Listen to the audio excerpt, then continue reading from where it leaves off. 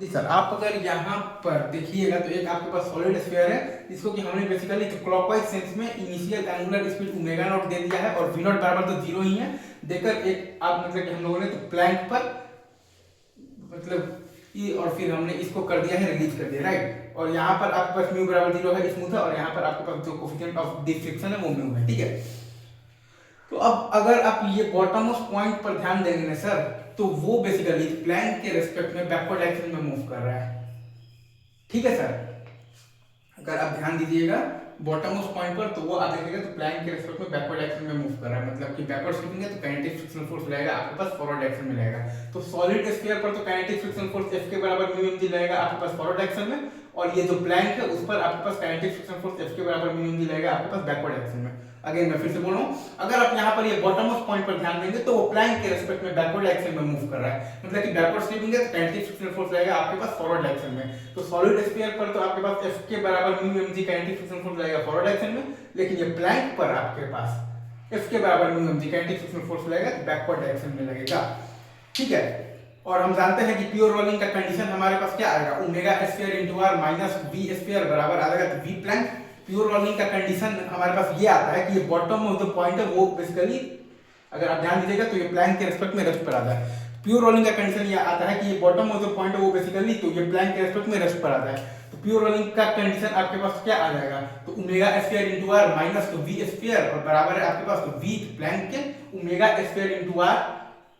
और माइनस करेंगे तो वी स्क्वायर और वो बराबर आएगा आपके पास वी प्लैंक के omega square into r minus करेंगे हम लोग तो वी स्क्वायर और वो बराबर आएगा आपके पास वी प्लैंक के। तो वही कॉन्सेप्ट हमने यहाँ पे लगाया है। तो ओमेगा नॉट और माइनस साइन इसलिए है क्योंकि काइनेटिक फ्रिक्शनल फोर्स बेसिकली जो आपके पास जो सॉलिड स्फीयर के ओमेगा को घटाने का काम कर रहा है। तो अच्छा, और आपके पास अल्फा होता है आपके पास टॉर्क बाई आई, मतलब कि म्यू mgr बाई आई है आपके पास 2/5 mr स्क्वायर इनटू टी, ये है आपके पास basically omega at any time T into are और माइनस तो वी स्क्वायर आपके पास म्यू gt है क्योंकि म्यू के mg फोर्स है तो म्यू gt और बराबर तो वी प्लैंक आपके पास क्या है, प्लैंक पर भी तो आपके पास kinetic frictional force mu mg लग रहा है ना लेफ्ट डायरेक्शन में, तो वी प्लैंक आपके पास आएगा 80 तो mu mg by m into T. अब इसमें अगर आपके पास m बराबर m है तो ये वो टाइम है जिस टाइम पर आपके पास प्योर रोलिंग स्टार्ट होगा,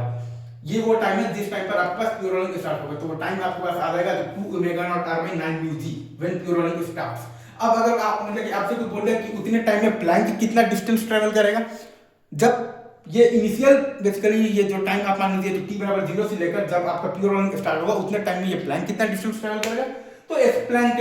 हमें पता है वो टाइम बराबर तो 2 omega naught r by 9 mu g पता है जब प्योर रोलिंग स्टार्ट हो रहा है। तो और इस प्लैंक में हम जानते हैं कि प्लैंक का एक्सीलरेशन हमारे पास है mu mg by m, plank का एक्सीलरेशन हमारे पास है म्यू mg बाई m, तो हाफ at स्क्वायर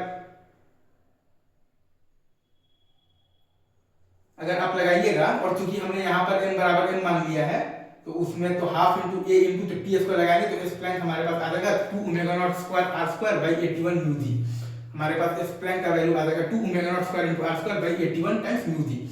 तो एक बार जब ये वाला जब कंडीशन आपका मेंटेन हो गया है तो फिर स्टैटिक फ्रिक्शनल फोर्स को ये बनाना रहता है basically alpha square into r minus a square बराबर ए प्लैंक। तो फिर स्टैटिक फ्रिक्शनल फोर्स को ये बनाना रहता है basically alpha square into r minus a square बराबर ए प्लैंक। तो इस मतलब कि इसके लिए तो आप देख रहे हैं कि अगर आपके पास बेसिकली जो फ्रिक्शन का वैल्यू फिर आपके पास 0 हो जाएगा तो 0 और बराबर आ जाएगा आपके पास 0। आई गेस आप ये चीज बहुत अच्छे से आप इस चीज को समझ गए होंगे। स्टैटिक फ्रिक्शनल फोर्स का वैल्यू जब आपके पास 0 हो जाएगा